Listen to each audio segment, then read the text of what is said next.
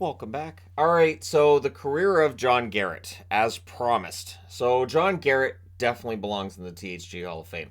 And the reason that I waited was, yes, I actually ordered all of these hockey cards. I went on to eBay, typed in John Garrett, and I was like, I'm ordering them all. I was like, I want to order his rookie card, which, as far as I can tell, is the John Garrett, the Bulls being traded from Minnesota. That appears to be his first card, right up until his last card.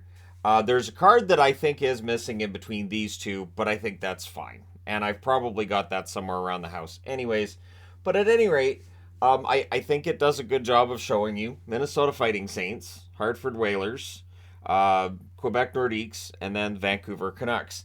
He played on some teams that weren't necessarily all that great, but one thing that's good about playing on teams that aren't great is it usually leads to really good stories. John Garrett is a guy who can tell a good story. He absolutely can. And if there's a career video where I've really wished that the guy that's the topic of the conversation was in the career video, it's this one, where ideally John Garrett would be in the room with me and we'd be going through each season and discussing the highs and lows of each season because he's got great stories, as very often the players who aren't necessarily the stars will. So 1971, he's drafted by the Blues, 38th overall. Didn't end up playing for the Blues. He ends up going to the WHA and playing for the Minnesota Fighting Saints. 40 games, a record of 21, 18, and 0. There's no save percentage from WHA that I saw. 3.59 goals against, one shutout. Plays 7 playoff games and had a 902 save percentage there. Save percentages in the playoffs, not the regular season. Fine, it's fine.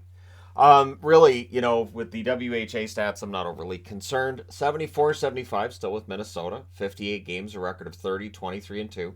Goals against of 3.28, 2 shutouts, 12 playoff games, 899 save percentage.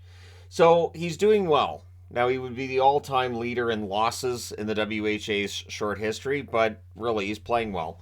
75-76, plays 52 games for Minnesota, a record of 26, 22, and 4, 3.34 goals against, 2 shutouts, and they fold. So they folded in the midst of the season, and this is where it kind of looks a bit like the Burger Diggins video from years ago on the channel, but it's not, promise. He ends up with the Toronto Toros after that folding takes place of the Minnesota Fighting Saints. 9 games, 3 and 6 and 0 is his record. 3.59 goals against, 1 shutout. And then Toronto relocates. So the Toronto Toros become the Birmingham Bulls. And again, I promise, this isn't a gag of some sort. This is just teams folded. All right, now we're moving this one. It's just the WHA's way. And I, again, really think there'd be great stories in and around where all this takes place. So 76-77, playing for the Birmingham Bulls. 65 games, 24, 34, and 4 is his record. 3.53 goals against, 4 shutouts. He's a first-team All-Star in the WHA that year. So despite the team not having a great record, he's seen as a good goaltender. 77-78, still in Birmingham, 58 games, a record of 24, 31, and 1, 3.81 goals against, and 2 shutouts. Then he ends up with the New England Whalers for 78-79. That's right, New England. And you know what's funny is that I know they're remembered as the Hartford Whalers. I don't know. I like New England Whalers better. I understand that coming into the NHL, well, Boston's in New England. I get it, but still. Playing for the New England Whalers in 78-79, he had a record of 20, 17, and 4 in the 41 games he played. 3.58 goals against, 2 shutouts. And he played 8 playoff games after having 5 playoff games for Birmingham. So, the Hartford Whalers join the NHL. John Garrett stays with the Hartford Whalers when they join the National Hockey League, and thus the logos become the ones that you guys are familiar with from the channel previous. Whereas with the Whalers in 79-80, plays 52 games, a record of 16, 24, and 11, 866 save percentage, 3.99 goals against. And in the playoffs, he played 1 game, loses that game, 800 save percentage, 8.02 goals against. The fun thing with Garrett is there's no ego about any of this or his being a starter, and there never seems to be. So then the following season, still with the Whalers, 54 games, 15, 27, and 12 record, 872 save percentage. His goals against average actually goes up to 4.6. So his save percentage got better. No shutouts. And maybe that's part of the reason why Garrett's one of these guys. You don't want to say the word shutout in front of him towards the end of the game because he didn't really have shutouts at the NHL level. Of course, that's the era of not having shutouts. 81-82. It was 16 games with Hartford, a record of 5-6-4, 854 save percentage, 4.64 goals against average. And in his story that he told recently on Sportsnet, he was pulled from a game by the general manager while they were playing in Boston. He had allowed some goals, and with the setup of the old Boston Garden, you were basically the GMs were right on top of the play, and he could hear the GM yelling down at the coach to get him out of the net. So just imagine that you're in the net, you're trying, and you can hear your boss yelling from up in the stands, get him out of there because he sucks tonight, kind of thing. So January 12th, the Whalers trade him to the Nordiques. He is traded for a 1983 fourth-round pick and Michel Place, which might be an interesting career to take a look at. So playing with the Nordiques, 81-82, we're down to here. 12 games, a record of 4-5-3, 837 save percentage, 5.17 goals against, no shutouts there. Plays 5 playoff games, a record of 3-2, 867 save percentage, 3.91 goals against. So he goes from 2 years as a starter, now he's basically in the role of a backup, right? So 82-83, a record of 6-8-2 at the Nordiques, 873 save percentage, 4.04 goals against average. He ends up being traded. February 4th, days before the All-Star game, he is traded to the Vancouver Canucks for Anders Eldebrink. Eldebrink is a defensive defenseman for the Vancouver Canucks, who I remember because I'm a Canucks fan. I don't know that anybody other than a Canucks fan, or maybe a Nordiques fan, I guess, would remember who Anders Eldebrink was. So John Garrett comes into Vancouver, and it's kind of magic in that he played well, and there were arguments about whether or not he should play more, and I, as a little kid watching him, thought he should play more. And it's interesting because his play seemed to be better in Vancouver than it had been in Quebec or in Hartford. So he plays 17 games with Vancouver, a record of 7-6-3, 905 save percentage, 3.09 goals against, 1 shutout. He gets his only career National Hockey League shutout in Vancouver, and it just worked. He played 1 playoff game, won that game, 867 save percentage, 4.01 goals against. But this is where his claim to fame comes in as well, in that he played in the All-Star game for an injured Richard Brodeur. So they're like, all right, well, Brodeur's hurt, so we're gonna send Cheech, John Garrett. And Garrett was the MVP. They had named him the MVP, and the MVP of the All-Star game gets a car. The problem was Gretzky scores 4 goals in the third period, and they decided to revote. And upon the revoting, 99 gets himself a car. He wins that All-Star game MVP award. And the argument then is, who needed the car more, Gretzky or John Garrett? My guess is probably John Garrett.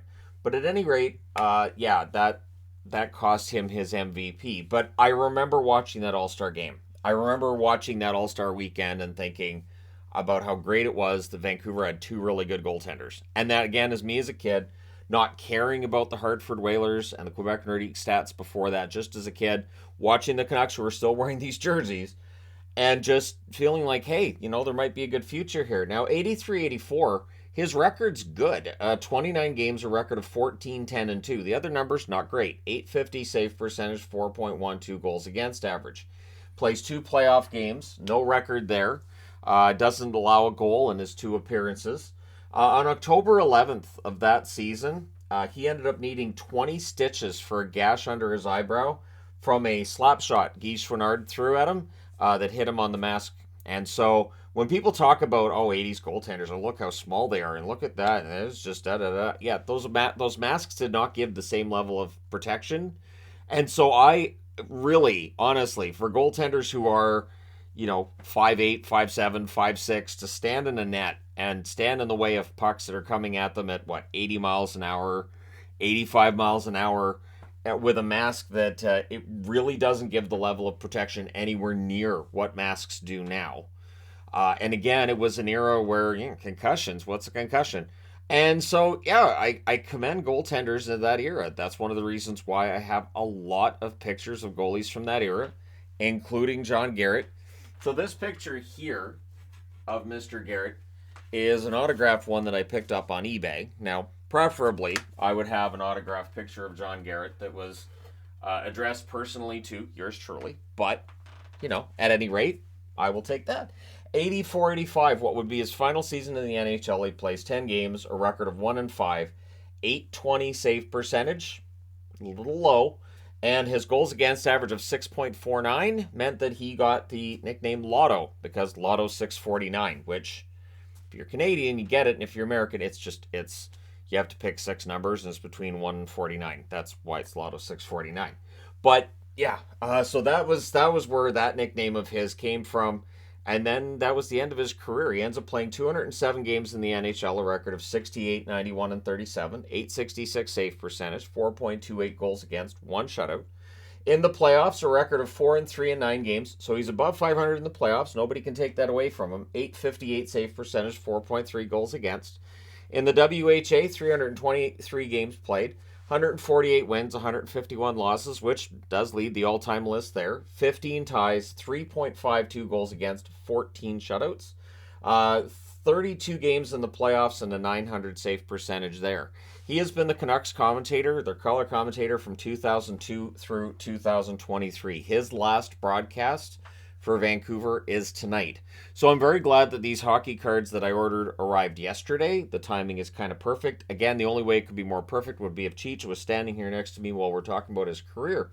He played in the WHA with the Hanson brothers, the hockey players that would be brought into the movie Slapshot and used as the Hanson brothers. And he said they really matched their characters. That once every couple of weeks they would go over and teach about fighting and practice fighting. Something that I don't know that we see practices of now. Can you imagine that? If it was, wait, so after an NHL practice, after the morning skate, they practiced fighting? The guys stayed out there and did that? Yeah, that was a thing. And sleeping in the hallway, that was apparently a thing with them as well. He was offered the assistant general manager job when he retired by Harry Neale. So what's interesting with this hockey card, and I've heard Garrett mention this on the air. It says right there, now assistant general manager. The reason that hockey card is so weird, and I remember at the time thinking it was weird. Remember when I got that hockey card, it was as a kid, and again, I have it somewhere in my collection, my card collection, vast, and I'm sure I have any missing cards of his as well. But for this video, I wanted to have crisp new versions of each card.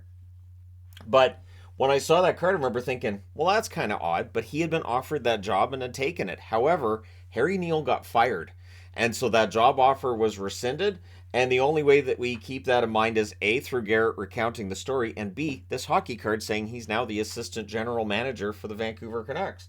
The only thing missing there is assistant to the general manager. But yeah, Harry Neale got fired, and it was taken back. And it's too bad because, honestly, John Garrett, entertaining guy, and everything I've seen when talking about Garrett, it's not about how good he was as a goaltender. He had his moments, as I've said, but it's about what a nice guy he was. And when he retired immediately, he got into broadcasting. He did commentary for the Oilers for a while. He did commentary for the Flames, but his home was in Vancouver. So it has been a natural movement for him to be the Vancouver Canucks color commentator for the last 20 plus years. He's going to be missed. I'm going to miss his voice in the booth. It is going to be weird to hear somebody with John Shorthouse who's not John Garrett, because there's this natural affable nature. You know, is there a bias in his commentary? Of course. And there is. I've watched all 32 broadcasts for years now. There's bias in every single one. There are some that hide it better than others, sure. But Garrett is just, he's a natural. He's going to still be doing things with Sportsnet, just he's not going to be doing the nightly broadcasts with the Canucks. And so, yeah, John Garrett always seemed like a great guy. Definitely somebody that if I was going to, because you get that question every now and then of who would you like to sit down and have dinner with, name 6 players or 6 people, past or present. Yeah, Garrett would have to be on the short list. Absolutely have to be. Because I think the best stories aren't necessarily from your famous first line players that didn't have to fight their way through and didn't have to maybe go through some of the things that your not so glorious careers have to go through. And so Garrett, I think there's some great stories there, and I look forward to hearing more of those in the coming years. Even though he is retiring from his role as the color commentator for the Vancouver Canucks. So this is a career video that's personal to me. just because part of what formed me into being the consumer of all things hockey is guys like John Garrett and the career he went through and just rooting for him. And that mask. I mean, that mask still, like when people talk about best masks for the Vancouver Canucks, Garrett's mask, absolutely fantastic. As I just use it from the picture because the picture is going to be much bigger on camera. That mask is fantastic. That is iconic. It's great. I remember seeing it at the time and thinking it was very simple, but it became my favorite mask right away. And yeah, he was just one of my favorite players. And of course, Cheech is a reference to Cheech Marin, Cheech and Chong. So when you hear him being referred to as Cheech, that's what it's a reference to. So there you go. The career of John Garrett. All the best to him in retirement. Let me know your thoughts in the comments section below as always. Don't forget to hit like and subscribe if you're browsing your way through. You just happened upon this video. Thank you guys so much for watching, for all your support. I will talk to you again soon.